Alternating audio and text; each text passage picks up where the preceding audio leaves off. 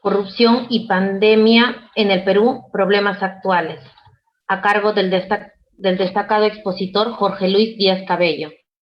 Voy a hacer una breve reseña del doctor Magíster en Derecho en la especialidad de Ciencias Penales en la Universidad Nacional Mayor de San Marcos, Magíster por la Universidad Nacional de Jaén, España, Jaén, España, con la mención en Magistratura Contemporánea en el siglo XXI, Magíster por la Universidad de Salamanca en Políticas de Anticorrupción, egresado del doctorado y maestría en Derecho Constitucional y Derechos Humanos de la Unidad de Posgrado de la Universidad Nacional Mayor de San Marcos, docente asociado de la MAG por más de 11 años, fiscal adjunto superior penal titular adscrito a la Fiscalía Especializada de Delitos de Corrupción de Funcionarios, autor de libros y artículos de Derecho Penal y Procesal Penal, a quien le voy a dar el pase para que inicie con la exposición.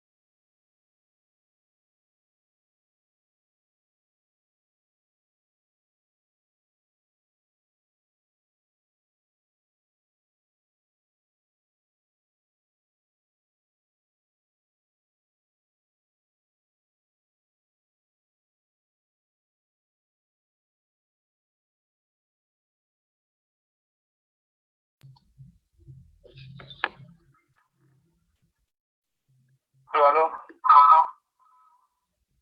¿Se me escucha, Claudia? Sí, doctor, se le escucha. Listo. Buenas tardes con todos. A ver, en principio la disculpa del caso por el tema de los inconvenientes técnicos.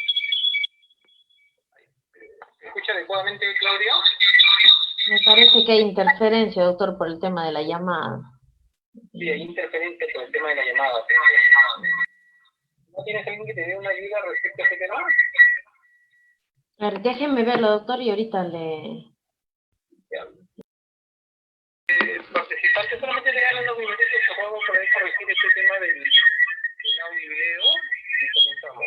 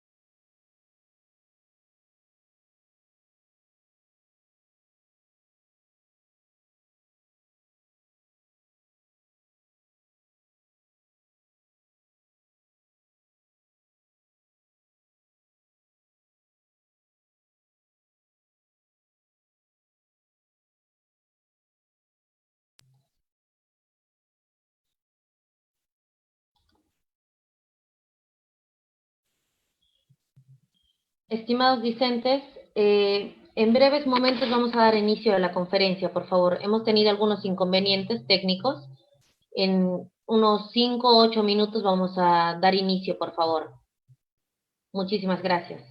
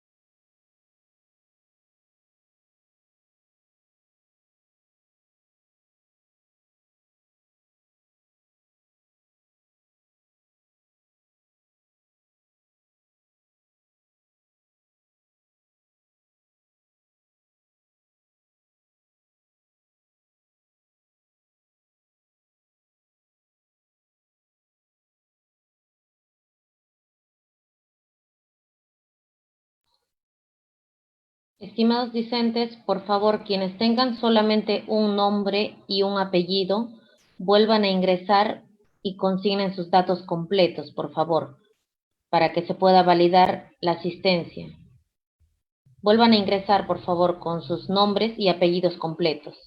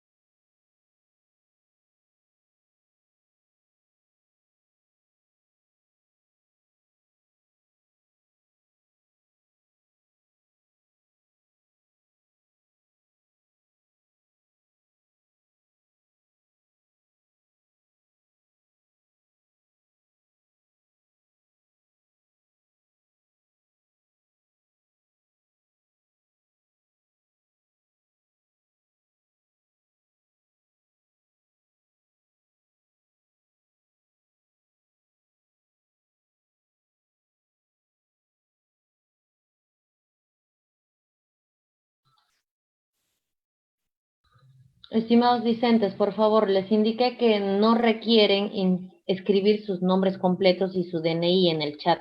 Basta con que automáticamente el sistema, si ustedes han ingresado con sus nombres y apellidos completos de forma correcta, el sistema les va a considerar desde el momento que han ingresado a la asistencia. Pero quienes tengan solamente el nombre y el apellido, solamente un nombre y un apellido, vuelvan a ingresar de forma correcta, consignando sus dos nombres y sus dos apellidos, para efecto de la asistencia sea correcta y sea validada, por favor.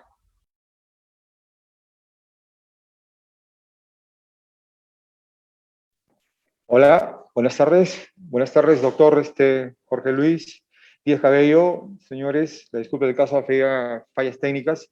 Doctor, ¿puede ya hablar, por Sí, favor? Carlos, buenas tardes. Gracias, doctor. ¿Se me escucha? Gracias. Sí, Sí. perfecto, se le escucha. ¿Podemos Señor compartir imagen? Sí, doctor, usted puede compartir ya. A ver, la cámara todavía no se me enciende.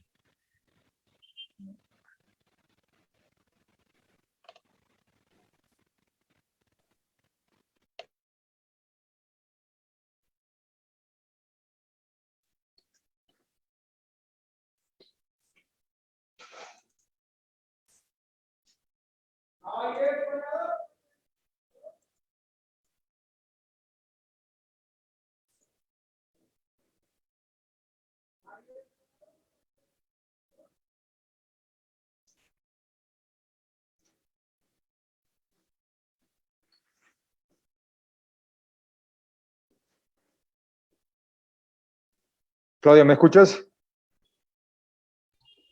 Sí, doctor, se le escucha. Ya. Ahí está. Ahí Ya se está. le ve al doctor. Listo. Buenas tardes con todos y la disculpa del caso por los inconvenientes técnicos. En esta época de pandemia y en esta época de modernidad con los medios tecnológicos tenemos algunos inconvenientes, pero lo bueno que está solucionado. Y lo bueno que estamos acá para hablar precisamente de algo que es importante, de algo que nos interesa a todos y de algo que nos preocupa a todos. Esa combinación letal entre lo que es pandemia y corrupción. Y en una de las diapositivas van a ver que hay una frase que resume muy bien todo este combinado, que dice que la peor pandemia que el mundo, nuestra civilización ha atravesado desde sus inicios hasta ahora y que todavía no tenemos cura, no tenemos vacuna, es la pandemia de la corrupción. Y cuando la corrupción se une a situaciones extremas como la que hemos vivido a partir del año pasado, en el Perú a partir del mes de marzo del año pasado, y en diciembre, a nivel mundial, diciembre de 2019, comenzó toda esta historia que aún todavía no acaba. Y de eso hemos venido a hablar el día de hoy. Hemos venido a hablar de la relación que existe en principio entre lo que es la pandemia y lo que es la criminalidad, porque solamente el día de hoy vamos a hablar de un pequeño eslabón de esa relación estrecha entre criminalidad y pandemia, criminalidad y estados de emergencia, porque la pandemia en esa relación con la criminalidad se enfoca en diversos aspectos, no solamente con respecto a la corrupción, que es el tema del día de hoy. La pandemia, por ejemplo, se enfoca en el acrecentamiento de la lucha del delito de trata de personas. Es un tema que también preocupa. El tema de la pandemia ha incidido sobre la criminalidad, sí ha incidido y se ha incidido sobre la corrupción. Pero, ¿cómo es que se da esta relación? ¿Se da ahora o siempre se ha dado? ¿O a partir de cuándo se ha dado? Más allá de soluciones técnicas de momento, lo que pretendo a través de la presente exposición es traerles a colación algunos momentos vividos en nuestra historia y cómo es que esta relación, corrupción y pandemia se están acrecentando con esta nueva realidad de las vacunas. Básicamente, el punto final de la exposición va a incidir sobre esta temática. La presente exposición se va a dividir sobre 3 ejes centrales: un aspecto de introducción, de traernos a colación algunas perspectivas de lo que fue sucediendo antes de la pandemia, qué es lo que había antes de la pandemia, qué es lo que hay durante la pandemia y qué es lo que debe o nos espera después de la pandemia. Luego vamos a ver, dentro de esta estructura de la exposición, lo que es la concepción de la corrupción. ¿Por qué es tan grave? ¿Por qué el interés de quien le habla? ¿Y por qué debería de ser no solamente interés de parte de quienes perseguimos este ilícito, sino de parte de todos los ciudadanos, la lucha contra la corrupción? El tercer punto, vamos a ver cómo es que los estados de emergencia y los estados, como el caso de pandemia, emergencia sanitaria, inciden para el acrecentamiento de la ilicitud de delitos de corrupción de funcionarios.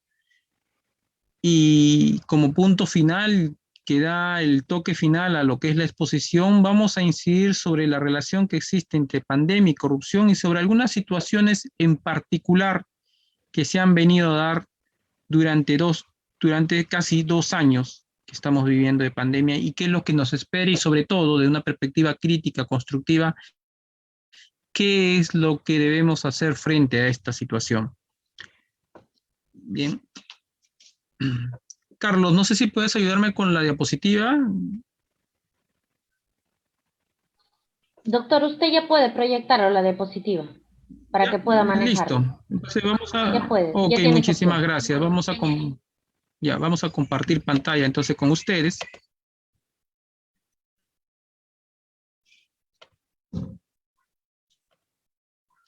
Y el primer punto que nos traemos a colación es el discurso que nos dio el secretario general de las Naciones Unidas el año pasado, cuando nos recordaba este punto neurálgico entre lo que es corrupción y lo que es pandemia y cómo esta situación de la pandemia acrecienta más esta situación de corrupción, pero además de acrecentarla, implica un mayor perjuicio a la sociedad. El secretario general de las Naciones Unidas nos recuerda que en esta época de pandemia la corrupción se acrecienta. ¿Por qué? Porque los niveles de control bajan, porque el estado de emergencia implica o requiere que el Estado haga compras de determinados productos, de determinados insumos, sin las debidas reglas de transparencia, de control. Y eso precisamente son elementos claves que van a incidir en el acrecentamiento de la corrupción.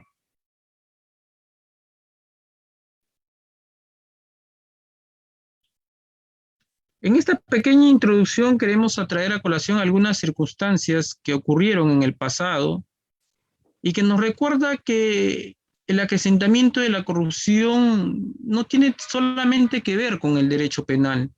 El acrecentamiento de la corrupción no solo tiene que ver con el derecho en particular. El acrecentamiento de la corrupción tiene que ver lamentablemente con un comportamiento social. Michael Sandel, en su libro Tortura, en su libro sobre justicia, nos trae a colación un tema importante para poder entender la naturaleza del ser humano. Tras la tormenta, los buitres, huracán en Florida, 2004, hace ya 17 años. ¿Y cuál fue el comportamiento de la sociedad de Florida en Estados Unidos? El comportamiento fue precisamente lo que menos se espera de otro ser humano. Aprovecharse de la situación de devastación que había dejado la tormenta para que algunos malos funcionarios se apropiaran de los bienes que servían de ayuda humanitaria a esas personas que habían caído en desgracia. Pero no solamente esto que tiene que ver con la incidencia de delictividad, sino también tenía que ver con un comportamiento social.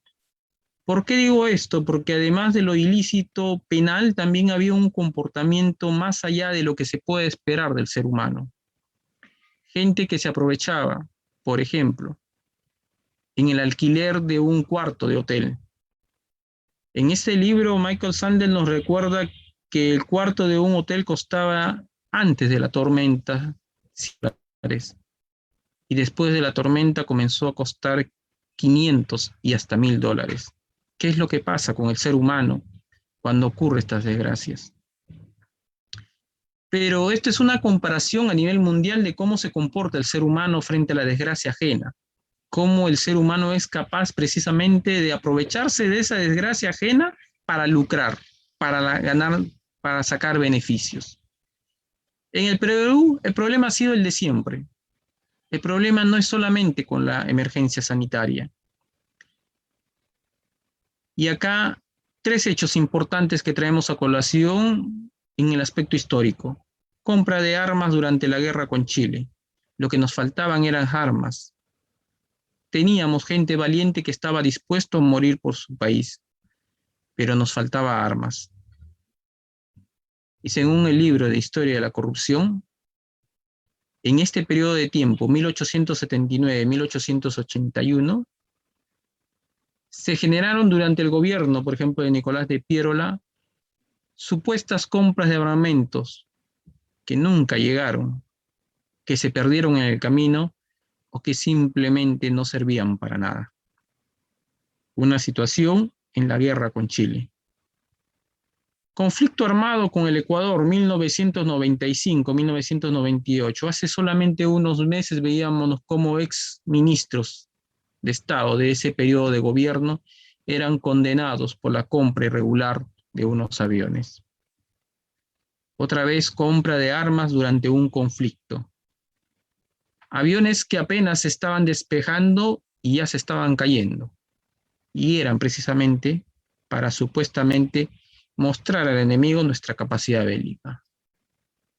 Solamente me imagino cuál habrá sido el gesto cuando se enteraron de las circunstancias de lo que estábamos comprando en ese periodo de tiempo. Cuando la tierra temblaba en el terremoto de Ica, se hacían compras de emergencia, pero se descubrió, por ejemplo, que las compras de alimentos en esta época de emergencia sirvió como justificación o como pretexto para actos de corrupción, para que el funcionario público comprara alimentos a una persona o una persona jurídica que antes del temblor o antes del terremoto no tenía como rubro la compra de alimentos. Tenía como rubro la compra de accesorios o repuestos para vehículos. Pero no solamente nos quedamos en eso. Nos quedamos que mientras que en el mercado común y ordinario el menú costaba 5 soles, la compra se hizo entre 10 a 15 soles por cada ración. Nuevamente, aprovecharse de las circunstancias, aprovecharse de la desgracia ajena para simplemente lucrar, para obtener beneficios. Emergencia sanitaria, COVID-19, 2020-2021.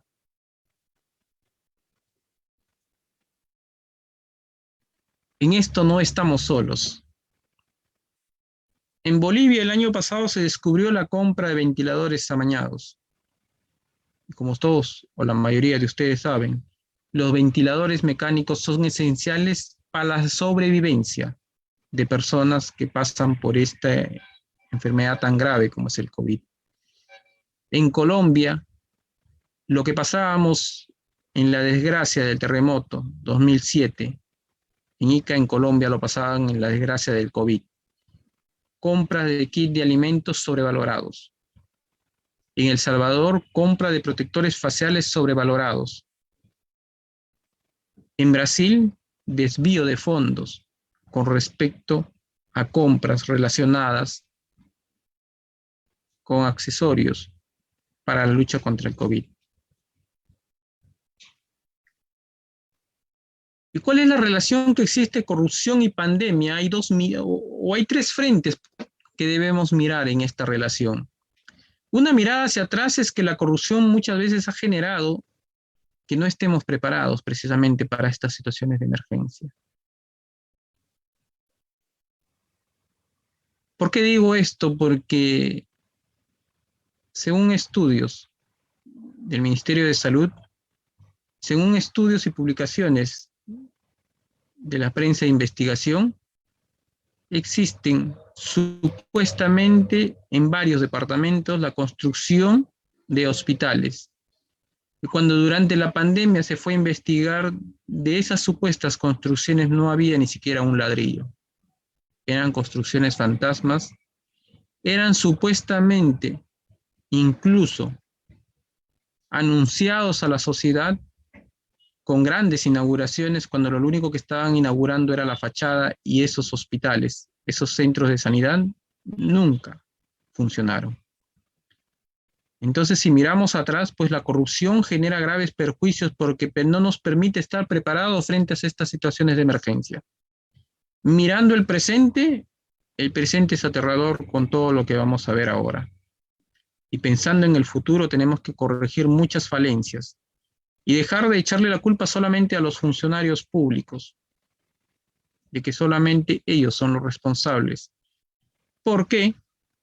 Porque la lucha contra la corrupción no empieza con el funcionario público, no empieza con el fiscal, no empieza con el juez y ni siquiera empieza con la policía. La lucha contra la corrupción empieza en cada uno de los hogares, en cada uno de los ciudadanos,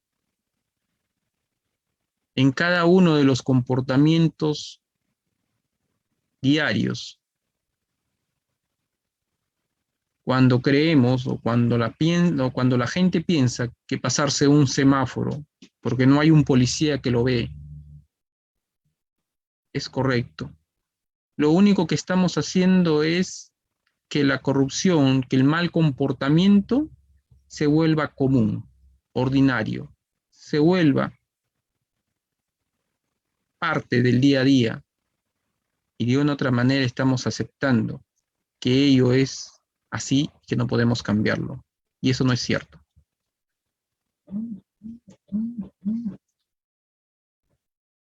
El interés por la relación entre corrupción y pandemia en el Perú, y a raíz de mis estudios, es respecto al caso de Bagunagay. 487 personas de diversos estratos sociales, de diversas instancias políticas sociales, se vieron en el mes de febrero salpicados por este acto de corrupción, donde incluso estuvo involucrado el quien entonces era presidente de la República. No voy a incidir sobre temas puntuales o esenciales respecto a este hecho que todos tenemos conocimiento, porque aún está en investigación en el Ministerio Público. Pero solamente quisiera traer a colación en este momento de la exposición algunas respuestas que dieron algunos de los que se vieron involucrados en este escándalo de corrupción. Surgió por ahí el valiente, el superhéroe, al que todos debíamos de agradecer y aplaudir y dar palmas, porque nos dice que tomó la decisión valiente de sumarse a los 12.000 voluntarios, uno de los sacrificados, uno de los 12.000 que se sacrificó en bien del país. La investigación y el tiempo se encargaron de desvirtuar este argumento. No era un valiente más, nunca fue parte de esos 12.000 voluntarios. Fue un beneficiado de algo que no le correspondía. Luego escuchamos la versión del SCADO. Nosotros fuimos con el de Indias para comprobar si una tercera dosis funcionaba. Aunque parece mentira, esto del sacrificado no surge durante la pandemia. Ese argumento es repetitivo no solamente en la pandemia, ese argumento lo hemos escuchado cuando formamos parte del Ministerio Público. Lo he escuchado incluso con aquellos exministros de la época de la dictadura de Fujimori que se encargó de la compra de esos aviones. A mí tendría que agradecerme el Estado peruano, decía ese ex ministro de Economía. A mí tendría que agradecerme el Estado peruano porque con mi propio pecunio viajé hasta Rusia. Y lo que un avión que costaba 8 millones, gracias a mis argumentaciones, gracias a mi mal manejo, es que llegó a costar 5 millones. Y el Estado peruano entonces me debe no solamente los viáticos, sino haber logrado ese descuento de 3 millones. Sí, pero lo que pasa es que cuando te trajiste el avión de 5 millones, supuestamente, ese avión ni siquiera sabía despegar o no podía despegar. Ese argumento del sacrificado lo vamos a encontrar no solamente en este caso del vacunagate, sino lo vamos a encontrar en muchos casos de corrupción de funcionarios. Otro argumento que salió es la traicionada. La que se siente que todo se hizo a sus espaldas y nos dice, han hecho esto a espaldas mías. ¿Cómo se les ocurre, y se refería a sus familiares, ponerse una vacuna que ni siquiera contaba con un certificado de sanidad? Tendrán que darme cuenta de esta situación, porque lo hicieron sin mi consentimiento, a espalda mía. Pero no era cualquier familiar, era el esposo y era la hija la que estaban involucrados en esto. Y es bien difícil de creer que el esposo y la hija se vayan a vacunar sin decir nada a la esposa y madre. Pero aún hay otros argumentos ya que lindan con lo hilarante, ¿no? El consultor dice, ¿por qué estuvo o por qué está en la lista de los 487 vacunados? Porque nos hace llegar la comida y... Es decir, estamos en una reunión de directorio, pedimos un pollo a la brasa y el que viene a traernos termina participando del debate y termina interactuando y por consiguiente, porque hay la necesidad de que interactúe en la discusión, terminamos vacunándolo para que no le pase nada y para que no nos pase nada a nosotros. Esos son argumentos que nos traen. Pero hay un contraargumento de aquel que se siente aludido y dice, no conozco a la persona que ha declarado de esa manera maliciosa, irresponsable e irónicamente. Aquel a quien se hacían referencia que porque traía la comida estaba dentro de la lista, se siente indignado y se siente con el derecho de decirle al otro que es irónico, irresponsable y malicioso. Y luego está aquellos que minimizan su comportamiento, aquellos que siempre dicen, no es un delito, o aquellos que ustedes recordarán que decía, lo que cometió mi padre no es un delito, fue un pecado. Entonces la arrepentida dice, Estoy tan arrepentida y considero que sí, ha sido un error. No, no ha sido un error, ha sido un delito, ha sido un ilícito. Se le debería de aclarar. Y dice que como está arrepentida de su error, como está arrepentida de su pecado, no se pone la segunda dosis. Eso es lo que nos trajo el Vacunagate, que a este mes de octubre debe estar finalizando la investigación preliminar respecto a ese detalle. ¿Y por qué la corrupción es importante o por qué la corrupción debe ser combatida en todos sus extremos y debe ser combatida de todo lado? ¿Y por qué tiene que preocuparnos a nosotros como sociedad? ¿Por qué tiene que preocuparnos a nosotros como comunidad? ¿Por qué tiene que preocuparnos a los funcionarios y servidores públicos? Porque la corrupción, en principio, es una afectación a los derechos humanos. Hay un debate que desde la perspectiva de quien les habla, ya ha quedado zanjado. La corrupción afecta a los derechos humanos, de manera directa o de manera indirecta, pero lo afecta. En principio, la corrupción socava todo lo que es nuestra estructura del Estado, todo lo que podamos entender por una sociedad. La corrupción socava la democracia, socava nuestra idea de que la democracia crea igualdad. ¿Por qué? Porque cuando vamos a un hospital y vemos que aquel que tiene mayores recursos o aquel que tiene amigos o amistades tiene un mejor trato e incluso nos dejan de lado para que atiendan a esa persona, simplemente el ciudadano pierde su confianza frente al Estado y el Estado pierde su legitimidad.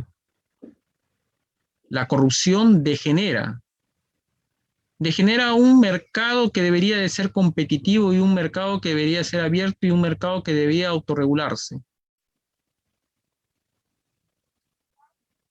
Degenera las reglas claras que deberían darse en las compras del Estado. La corrupción a nivel de las instituciones, de un aspecto interno y un aspecto externo, se convierte como aquel elemento, aquel óxido que corroe de a pocos al hierro.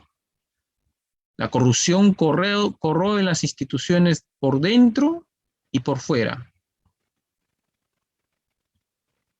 Y cuando corroe las instituciones, termina destruyendo la institucionalidad de un país. Y cuando destruye la institucionalidad de un país, deslegitima las decisiones. Y deslegitima las decisiones no solamente del corrupto, sino de la institución.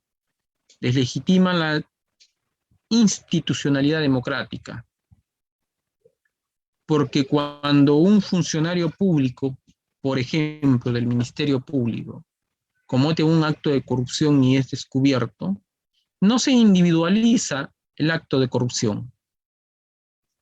El acto de corrupción termina por dañar, deslegitimar a toda la institución. No se habla del juez A o el juez B corrupto, se habla de los jueces corruptos. No se habla del efectivo policial Juan, el efectivo policial Pérez corrupto. Se habla y se entiende que es la policía corrupta. Y se entiende con ello a manchar honras y se tiene por mezclar a buenos y malos. ¿Por qué? Porque la corrupción hace eso, deslegitima no al quien solamente comete el acto corrupto, sino que deslegitima a toda la institución. La corrupción distorsiona, nos quiere o nos da a entender que más allá de las reglas preestablecidas hay otros valores en juego. Hay otras circunstancias en juego, hay algo negativo que incide en la toma de decisiones, que incide en determinada voluntad de un funcionario público. No es el derecho el que te lo otorga, porque te corresponde. Te lo otorgan porque diste algo o porque hiciste algo a cambio de. Esa es la percepción ciudadana. Y por todo esto, la corrupción es una amenaza a todos los derechos fundamentales dentro de una sociedad, de manera directa o indirecta. Y entonces, ¿qué debemos entender por un acto de corrupción? En principio, que todo acto de corrupción está relacionado, debe ser relacionado como lo torcido, como lo inadecuado. Lo que no debe aceptarse bajo ninguna circunstancia, sobre el cual se debe señalar de manera tajante que nunca va a ser útil, valioso o necesario para una sociedad. La corrupción tiene que ver con un acto de deslealtad. El corrupto traiciona a quien ha depositado su confianza en él. El funcionario público traiciona esa responsabilidad que le ha sido trasladada por la ciudadanía de manera directa o indirecta para que ejerza determinada función. Rompe con esa confianza y termina traicionando a quien de manera directa o indirecta incide en su nombramiento. La corrupción tiene que ver con posición de poder. Una posición de poder que tiene que darse frente a determinada persona, frente a determinada circunstancia o frente a determinada situación. La corrupción siempre está relacionada con un beneficio o con un perjuicio, sea para el Estado, sea para un particular, sea para quien comete el acto, sea para tercero. Y ojo, hoy en día la corrupción no solamente está relacionada necesaria y únicamente con los beneficios económicos. Hay otras circunstancias que se dan y que deben ser rechazadas. La corrupción es un proceso complejo, algo que no debemos olvidar, algo que debemos tener en consideración cuando hablamos de corrupción. La corrupción es como este virus de la pandemia. Cambia, se regenera. El corrupto no es como el delincuente habitual, que siempre comete sus fechorías incluso en el mismo sitio, en el mismo lugar, con la misma modalidad. No, el corrupto se prepara. El corrupto lee las leyes, el corrupto lee las reglas y se prepara para transgredirlas, se asesora para transgredirlas. Si antes pensábamos corrupción igual a cohecho o corrupción igual a peculado, y empezábamos, por ejemplo, a creer o a considerar de que los actos de corrupción, por ejemplo, de cohecho es aquel que da un dinero para que el otro, para que un funcionario público en uso de sus atribuciones haga o deje de hacer algo que está en sus manos. Es decir, doy para que tú en contribución realices una prestación faltando a tus deberes de lealtad contra la administración pública. Eso ha cambiado, señores. La corrupción ha ido mutando, ¿no? Y lo hemos visto últimamente con esta situación, por ejemplo, nosotros que estamos más cercanos al tema de nombramiento de magistrados, ¿no?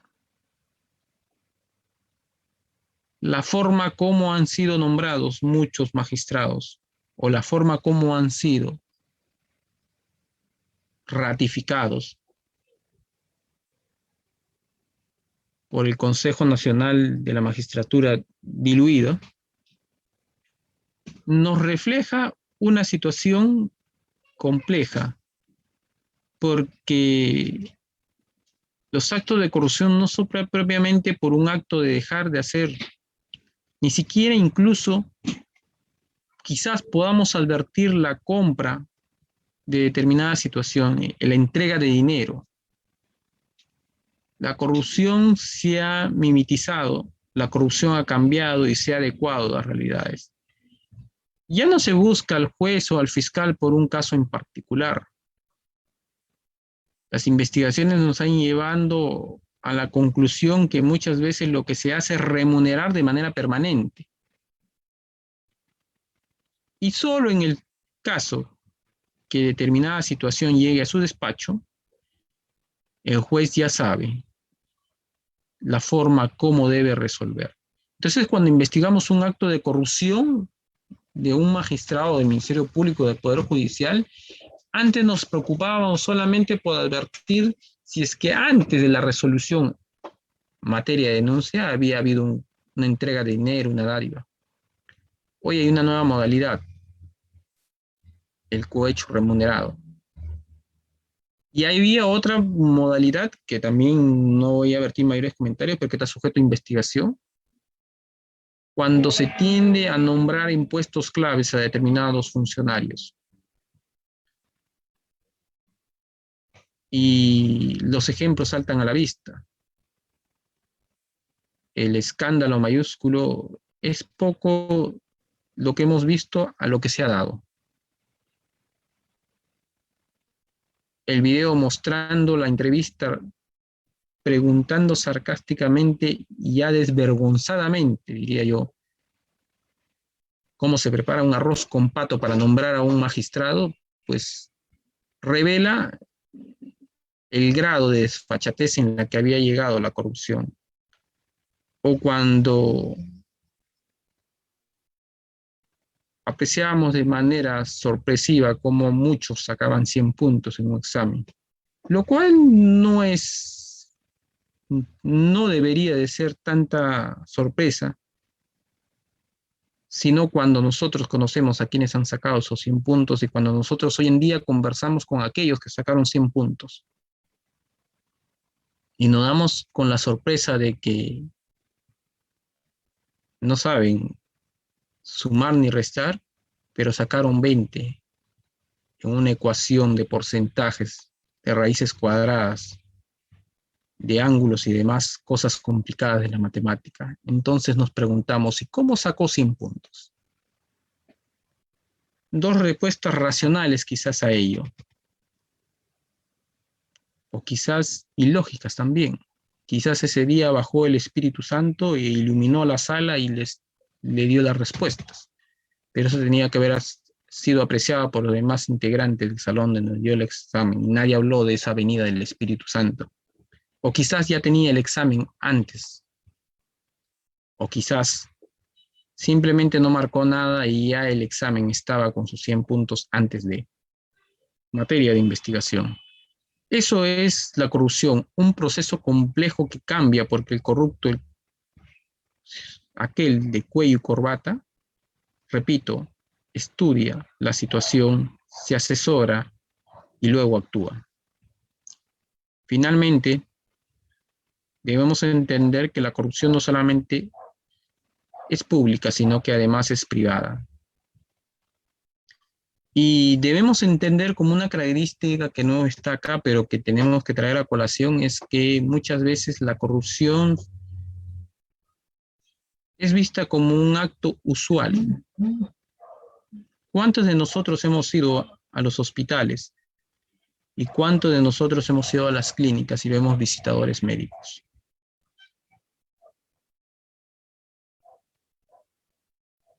¿Cuánto de nosotros nos hemos preguntado cuánto recibe un médico cuando, por ejemplo, hace la implantación de una prótesis?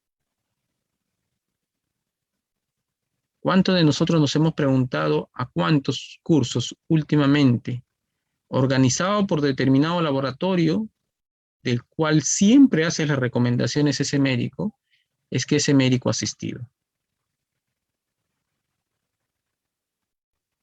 Son situaciones que en el ámbito médico se dan de manera común y ordinaria y es aceptado como algo usual.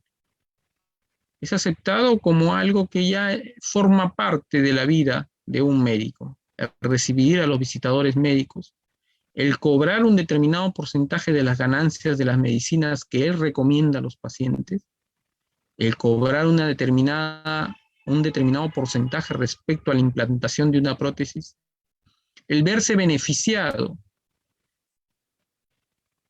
por cursos, seminarios nacionales e internacionales de aquellos laboratorios que, o coincidencia, siempre termina recomendando a sus pacientes.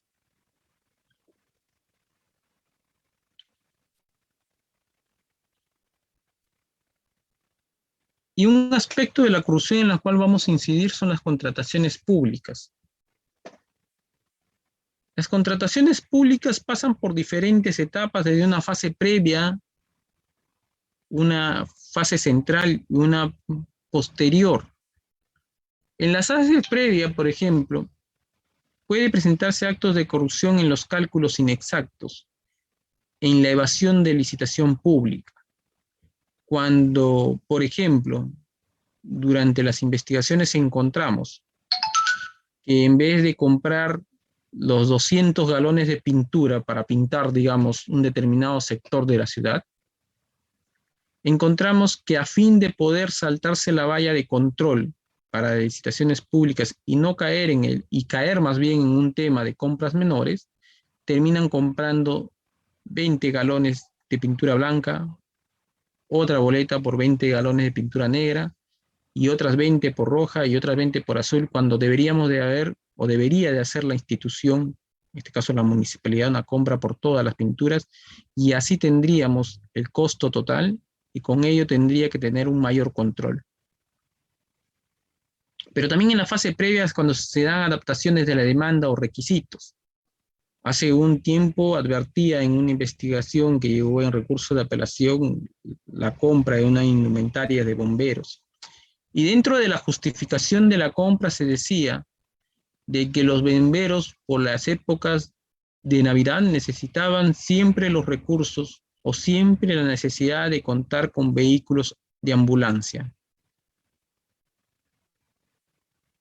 Y entonces ese año, alegando una situación de desabastecimiento inminente, ¿saben lo que compró la compañía de bomberos? Por la cual fueron procesados y por la cual en primera instancia fueron absueltos y que tuvimos que pelear en segunda instancia y ganar en segunda instancia que esa absolución sea dejada sin efecto, no revocada, porque hay un tema de la condena del absuelto donde no se puede condenar al absuelto en segunda instancia por unas reglas establecidas de la pluralidad de instancias. Lo único que logramos es que esa sentencia sea dejada sin efecto, que sea declarada nula, que se llame un nuevo juicio oral. Después de argumentar la necesidad, el estado de necesidad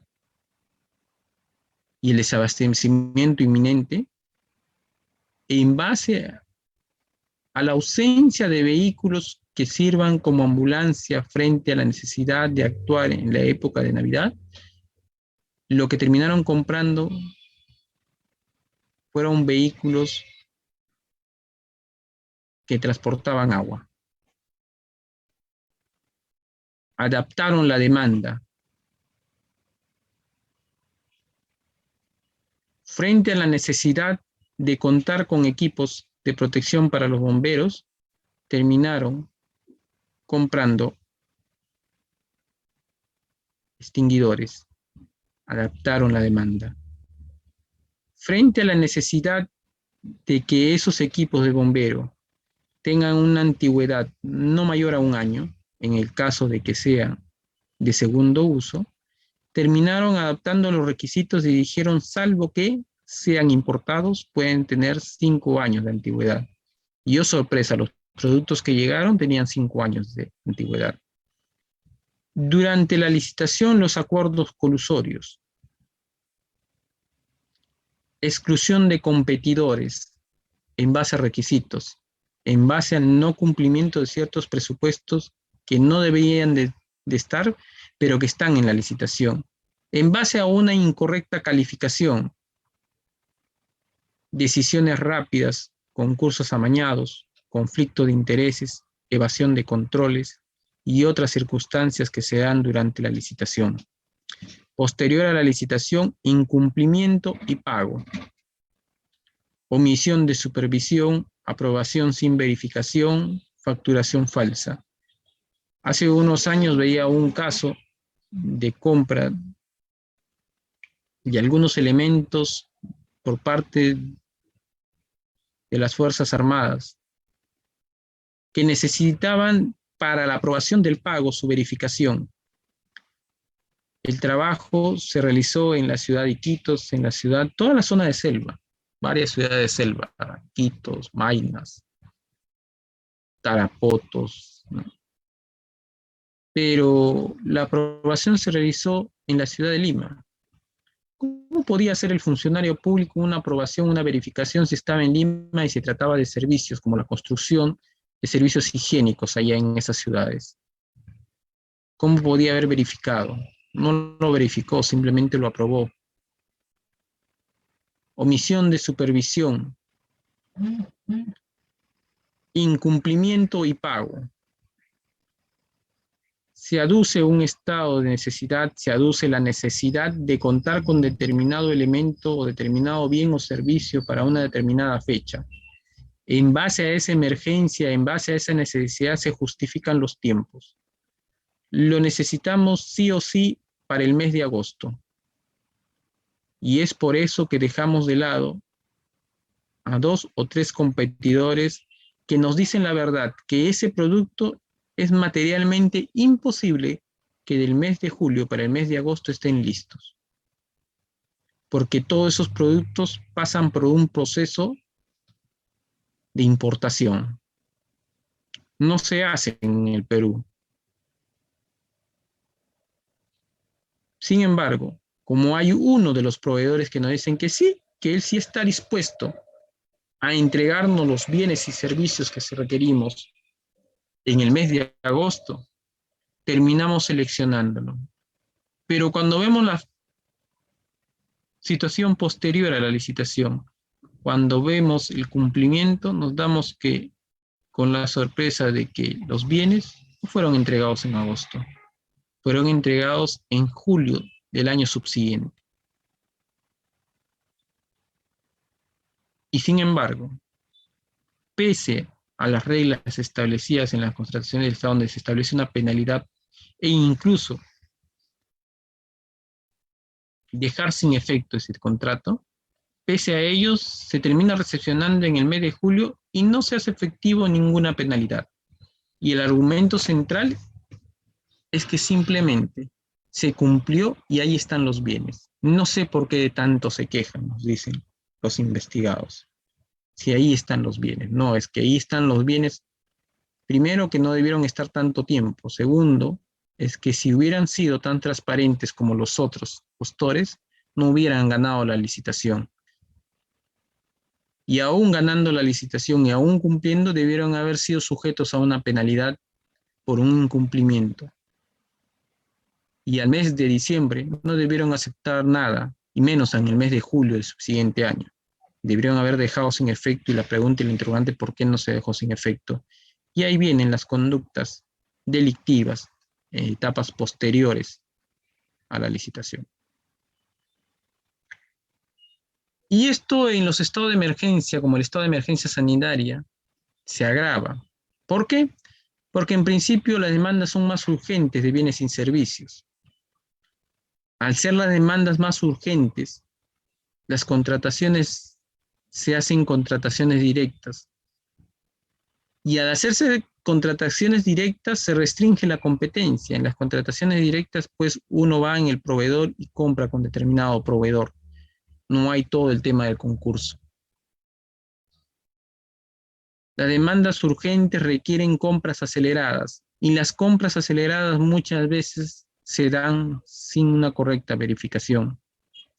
Y las compras aceleradas flexibilizan no solamente presupuestos, sino además requisitos. Y esta situación descrita, ¿qué es lo que genera? Genera exigencia de sobornos, acuerdos clandestinos para la contratación directa, sobreprecios en las compras, bienes y productos de mala calidad o falsificados. Todo esto, repito, se ha acrecentado con los temas de estado de emergencia porque se han dado esos 4 presupuestos mencionados: demandas urgentes, contrataciones directas, compras aceleradas, flexibilización de presupuestos o requisitos. Y si ya con la compra de algunos accesorios, como cama UCI, tapabocas, protectores faciales, guantes, equipos médicos, ya generaba y ha generado actos de corrupción que son materia de investigación. Un problema que se ha suscitado en la actualidad son las vacunas contra el COVID. En principio, tal como lo ha señalado el Banco Interamericano de Desarrollo, en un estudio sobre pandemia y corrupción, debemos entender que las vacunas, al día de hoy, son un bien de salud pública mundial. Debemos entender que el acceso a esas vacunas deben darse de forma justa, equitativa y transparente. Debemos entender que este proceso de las vacunas en realidad no ha sido de la noche para la mañana. Hemos sido testigos de cómo este proceso se fue desarrollando incluso con el apoyo de muchos ciudadanos del Perú, que pasa por todas unas etapas de investigación preliminar, patentes, ensayos preliminares, ensayos clínicos, fase 1, fase 2, fase 3, luego de ello un registro y luego una comercialización. Todo ese proceso ha pasado las vacunas y en todos esos procesos ha habido un riesgo. Y en todo ese proceso hay todavía un riesgo, porque todavía hay la posibilidad de implementar laboratorios donde se puedan producir a nivel nacional este tipo de vacunas. ¿Qué situaciones acrecientan la posibilidad de corrupción en los actos relacionados con la compra y distribución de vacunas? Una de las características esenciales fundamentales que inciden de manera negativa en el desarrollo de la corrupción, repito, de manera negativa en el desarrollo de la corrupción, es decir, que hacen que la corrupción no se extienda, que sirve como una válvula que ahí impide que la corrupción siga extendiéndose, es la transparencia en los actos de los funcionarios. Y esa transparencia al día de hoy choca con una circunstancia real y concreta: los acuerdos de confidencialidad que muchos estados, como el estado del peruano, ha suscrito con aquellos proveedores de vacunas. Pero cuando uno investiga, cuando uno se detiene un momento y dice, bueno, si esos acuerdos de confidencialidad están directamente relacionados a que me provean o no me provean una vacuna, entonces no le queda al Estado peruano nada más que aceptar estos términos, porque si no nos quedamos sin vacuna y ahí pues la ciudadanía se queda desprotegida. Y no solamente se queda desprotegida, sino que ahí viene el reclamo ciudadano. Pero cuando hacemos una investigación a nivel internacional nos damos cuenta, por ejemplo, que en Estados Unidos estos acuerdos de confidencialidad en muchos estados son abiertos a determinados grupos. El acuerdo de confidencialidad no implica que nadie conozca nada de nada. Y entonces la primera interrogante que viene es, ¿por qué en el Perú estamos sujetados a esos acuerdos de confidencialidad? ¿Y por qué no nos preocupamos por hacer extensivo lo que ocurre allá en los Estados Unidos para que en el Perú ciertas personas, ciertos organismos, ciertos funcionarios tengan acceso de poder verificar esos acuerdos de confidencialidad y cómo ello está incidiendo en la determinación de la compra de vacunas?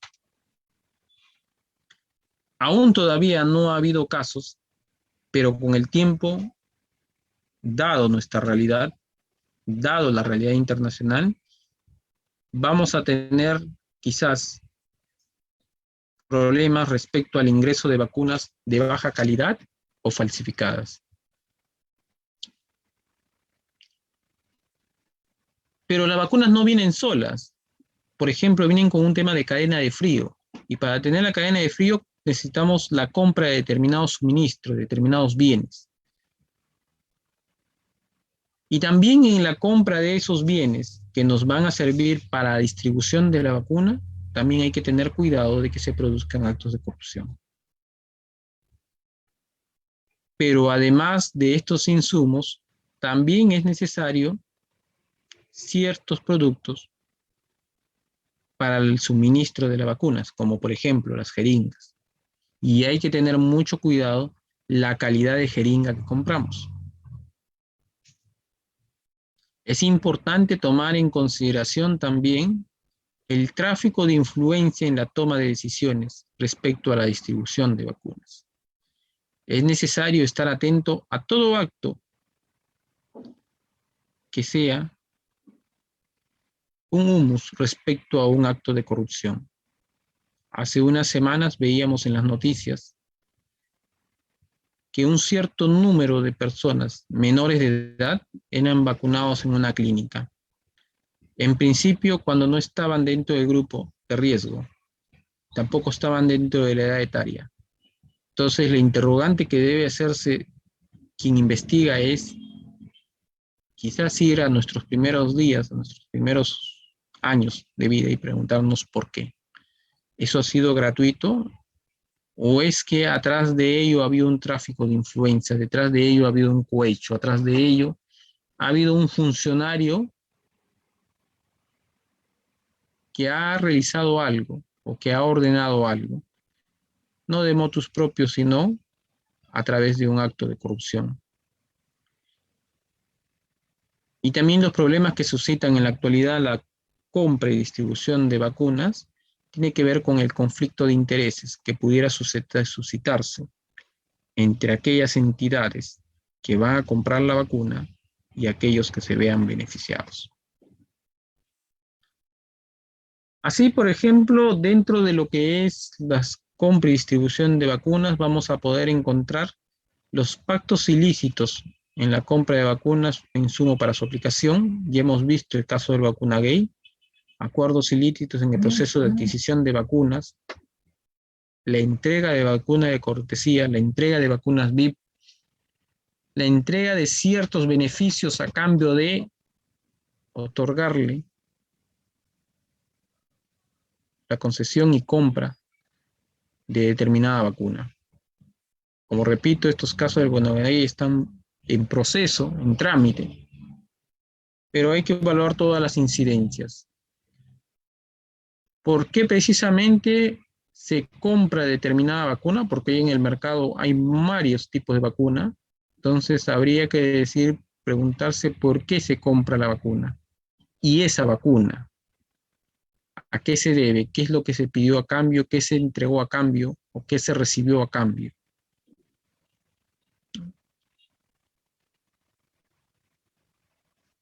Negociación indebida o negociación incompatible. Al igual que en la colusión, también hay la necesidad de preguntarse por qué se compra determinada vacuna, por qué se compra determinada cantidad y por qué se paga determinado monto. Hay que hacer un estudio de mercado, por qué en el Perú se paga por determinada vacuna tal monto y por qué en nuestro país vecino se paga el doble o se paga la mitad. Hay una negociación indebida también en los casos de elección del proveedor. ¿Por qué la Sinopharm y por qué no otra vacuna? ¿Por qué se elige esta vacuna que no cuenta con un registro un sanitario con un mayor valor que aquella vacuna que sí cuenta con ese registro, que sí cuentan con el respaldo de laboratorios, que sí cuentan con el respaldo de estudios médicos? Pero también se genera la negociación indebida en la elección del lugar de la distribución.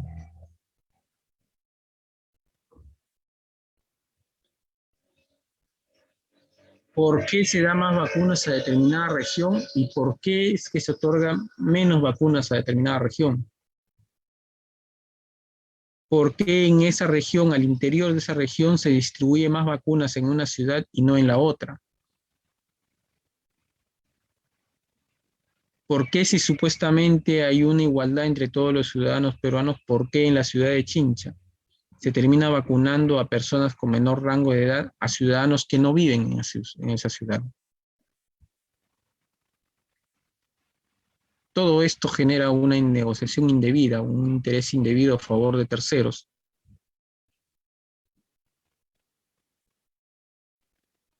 Se nos perdió las vacunas, no hay vacunas. Oh misterio, hay 4 o 5 vacunas que desaparecieron del laboratorio del lugar de su conservación. Esto genera la apropiación o utilización ilícita de vacunas para sí o para otro. Para sí, cuando se aplica a uno mismo las vacunas, sin que esté dentro del rango preestablecido, sin que esté dentro de las reglas establecidas, vacuna a sus familiares, para sí o para otro, o cuando incluso se apropia para luego venderlas, revenderlas en el mercado negro. Cuando esto ocurre, simplemente debemos de pensar en el delito de peculado para su configuración.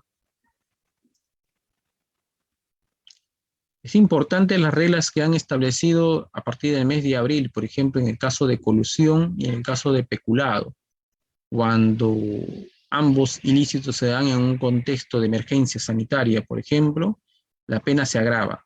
Y me parece fenomenal esa situación, porque, repito, en el derecho penal no solamente hay una responsabilidad por el resultado, sino una responsabilidad por el acto. Y el acto, de mi perspectiva, es mucho más grave cuando el acto de corrupción se comete en pandemia que cuando se convierta o se cometa en situaciones normales. Beneficios a cambio de ser vacunados, el cohecho, compra de cola, ¿no? La vacunación a personas no comprendidas en el padrón de vacunación.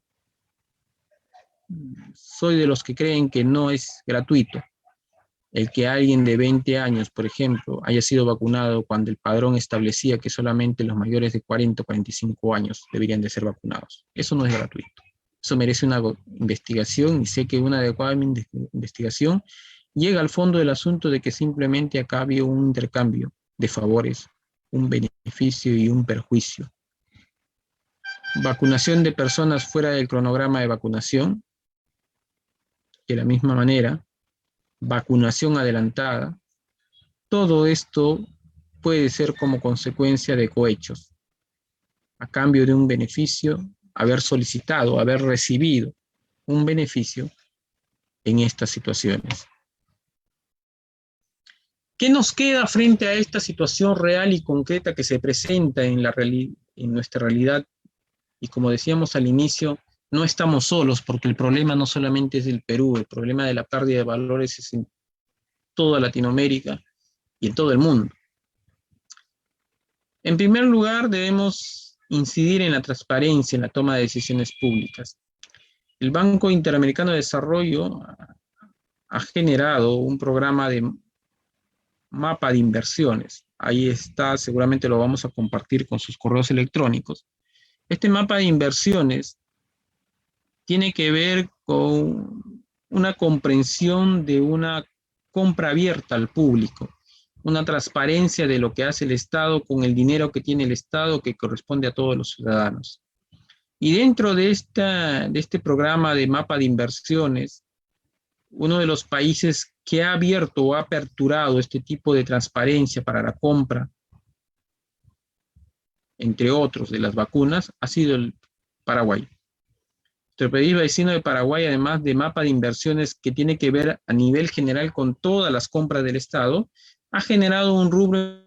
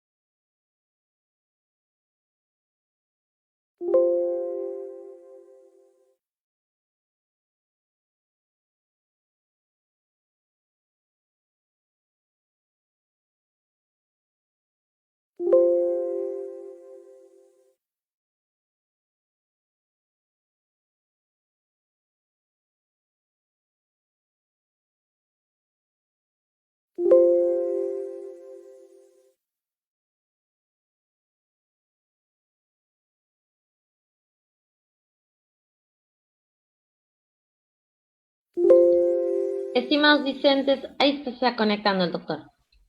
Sí. Gracias, Claudia. Inconvenientes técnicos. Estimados discentes, ahí se está conectando el doctor. Sí. Gracias, Claudia. Inconvenientes técnicos. Les decía, el tema de la necesidad de incorporar Estimados este programa discentes, ahí se de está mapa de conectando el doctor. inversiones respecto a lo que es las compras con el COVID. Gracias, También es Claudia. necesario la inclusión de Inconvenientes personas técnicos. independientes en el Les proceso de decía, decisiones durante el proceso de compras y suministro de la vacuna, porque hoy importaría no solamente que sean los funcionarios públicos los que estén enterados de los pormenores de estas compras, sino que representantes de la sociedad civil puedan controlar que éstas se hagan de manera transparente.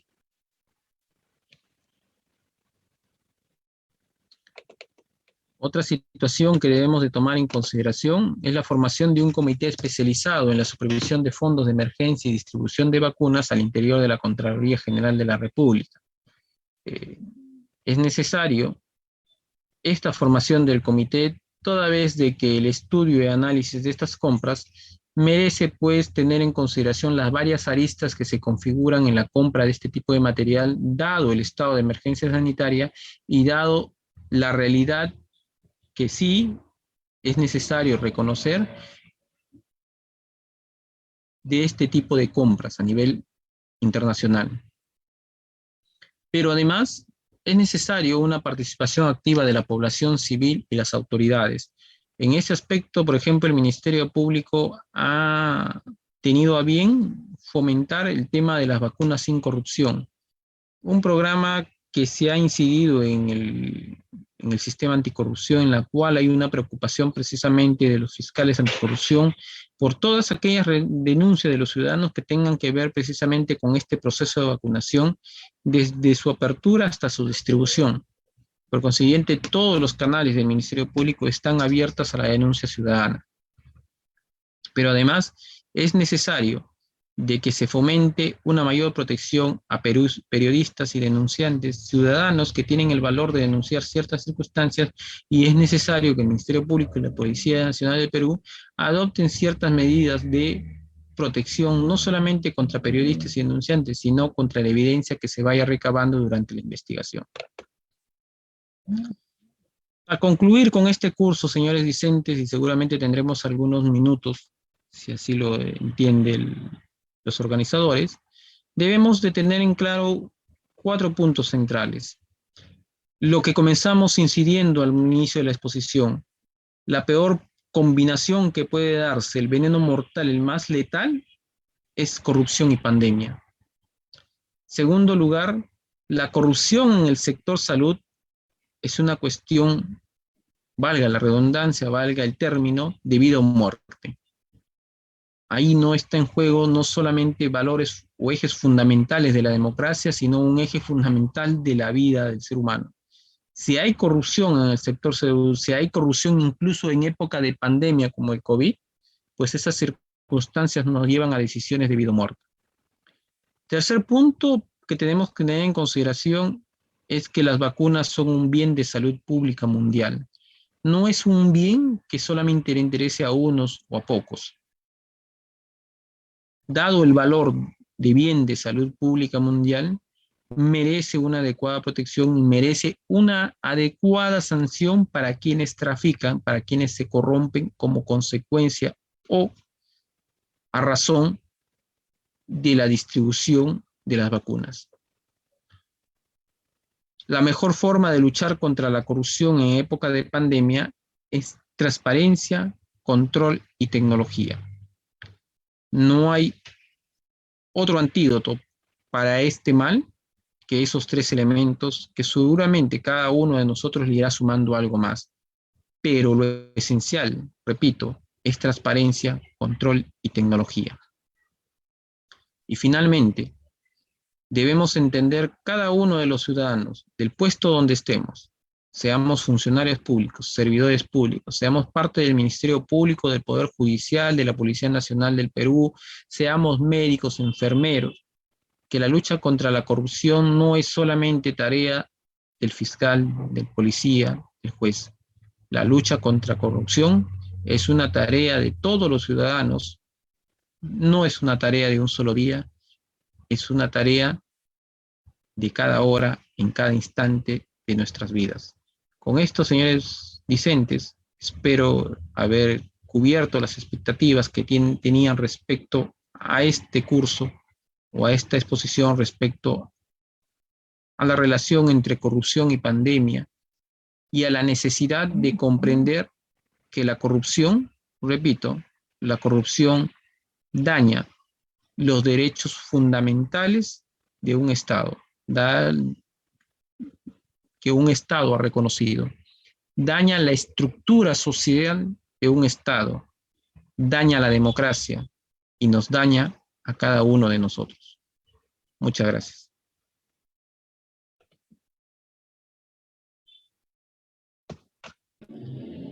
Muchas gracias, doctor Díaz.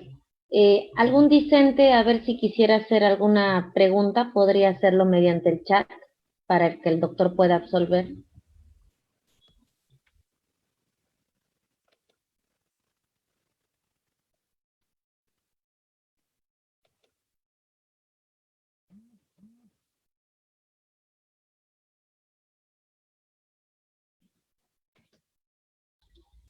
La doctora Glenda Merino Obeso tiene levantada la mano. No sé si podría realizar la consulta mediante el chat.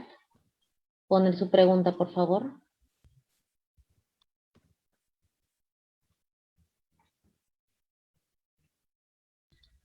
Ahí tenemos una pregunta, doctor.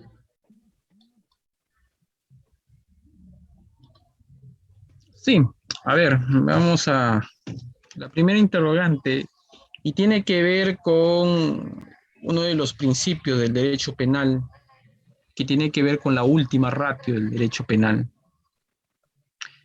Pero la última ratio del derecho penal tiene que ver con dos subprincipios, el principio de necesidad y el principio de subsidiariedad. Quizás si solamente vemos la vacuna de un aspecto meramente cuantitativo, no cualitativo, y vemos la corrupción de un aspecto de meramente cuantitativo y no cualitativo, diríamos, por ejemplo, entre comillas, ¿qué tanto problema por una vacuna? ¿No? Y entonces responderíamos en sentido afirmativo, en el sentido de que el principio de mínima intervención haría lo más apropiado sanciones administrativas para aquellos pues, que se apropian de una sola vacuna, de un solo frasco, ¿no? Pero la respuesta de mi perspectiva es no. En la lucha contra la corrupción no podemos ser benevolentes. En la lucha contra la corrupción en épocas de pandemia, peor aún. ¿No? Peor aún.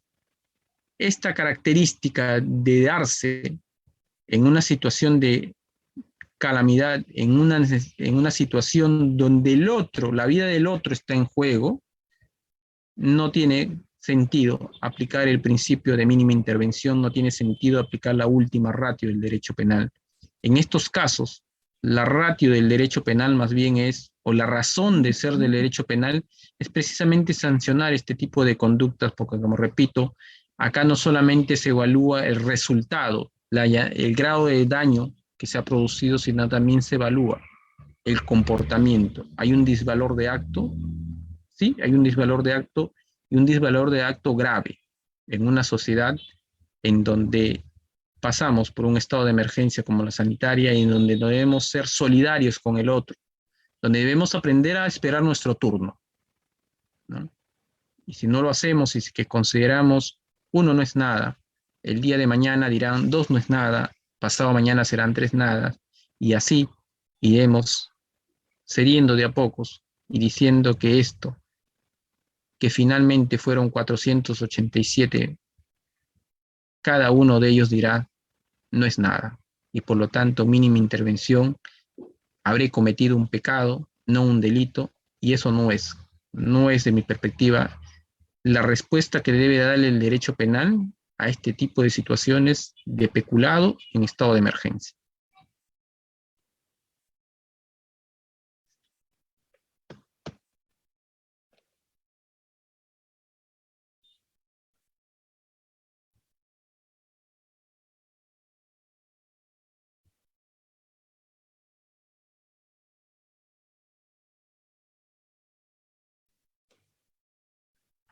Sí, precisamente a la interrogante de Eduardo Octavio Casaverde Trujillo, sí, efectivamente, al menos el control concurrente de la Contraloría se determinó, si más no me equivoco, a partir del mes de julio del año pasado respecto a estas compras relacionadas con el COVID-19. Pero el control concurrente de la Contraloría, desde mi perspectiva, es insuficiente.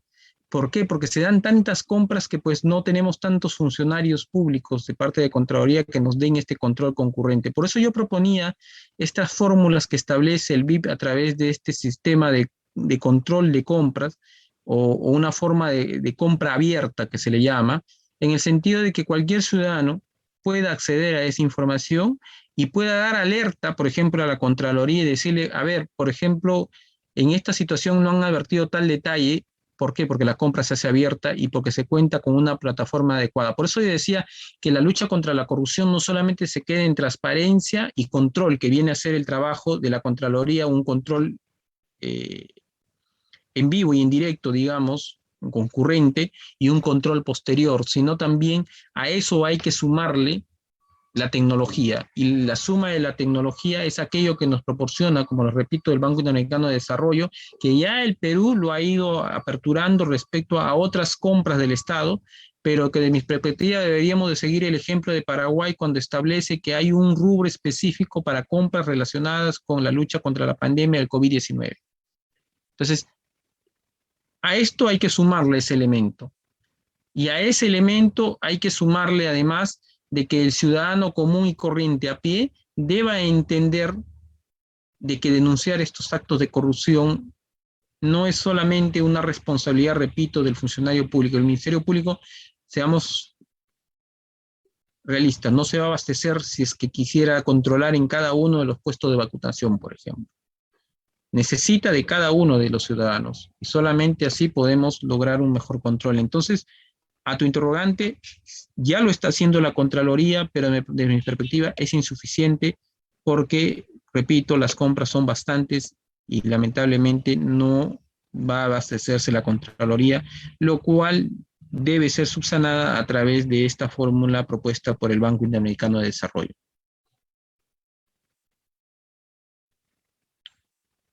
Por supuesto, José Luis Osorio Sánchez, por supuesto. Además, yo me he enfocado solamente en el aspecto post, desde una perspectiva del derecho penal y un aspecto antes de un aspecto de colaboración ciudadana, qué hacer.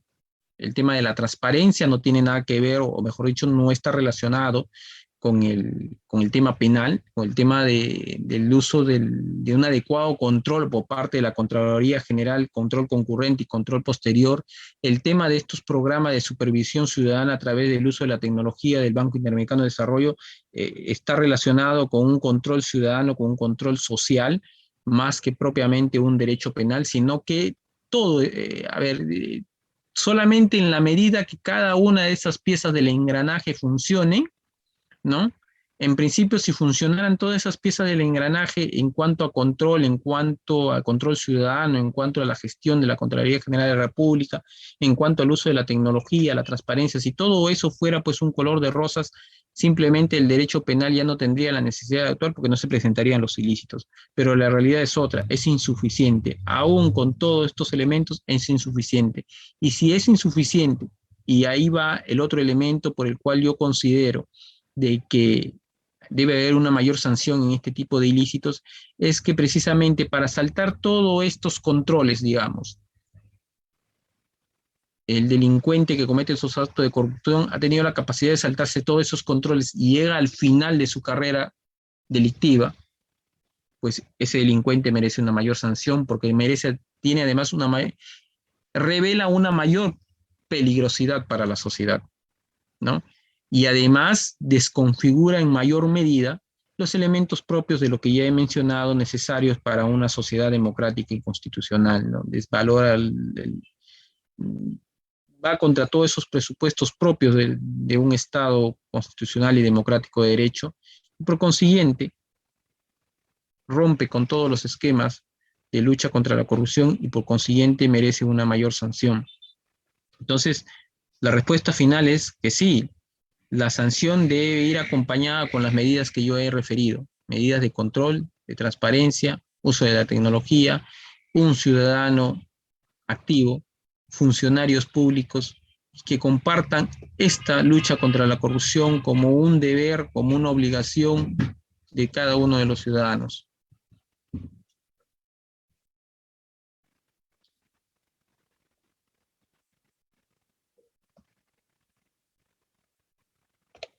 Bien, creo que con esto hemos contestado las interrogantes.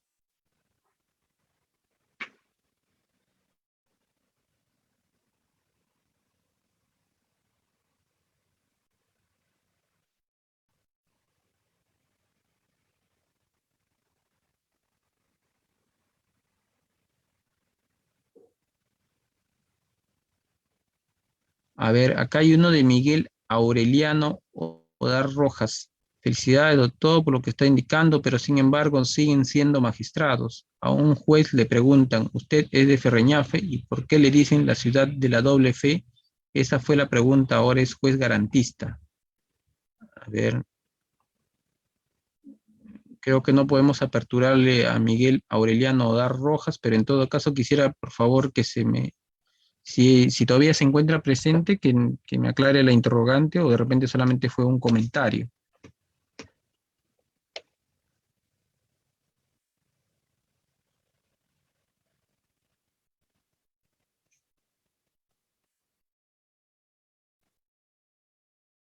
Ah, listo, Miguel Aureliano Odar Rojas. Sí, fue solamente un comentario, me dice. Listo, señores Vicentes, entonces les agradezco su participación, por su interés en este tema de corrupción y pandemia. Es importante que tengan en consideración que el derecho penal sí es la última ratio, pero también es importante que el derecho penal tiene el deber y obligación, y esto está enmarcado en la lucha contra la corrupción de los convenios internacionales, de sancionar aquellos actos de corrupción que sean descubiertos, tanto más si son realizados durante época de pandemia. Muchísimas gracias, Claudia, muchísimas gracias a la Academia de la Magistratura, a ustedes, señores Vicentes, por brindarme esta oportunidad de expresar mis ideas respecto a esta relación tan grave como es pandemia y corrupción. Muchísimas gracias, doctor. Muchísimas gracias a todos los discentes. Con esto daríamos por concluida la conferencia virtual. Muchísimas gracias nuevamente, doctor.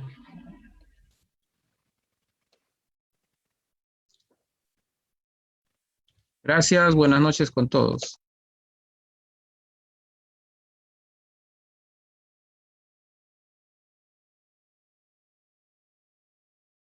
Recording stopped.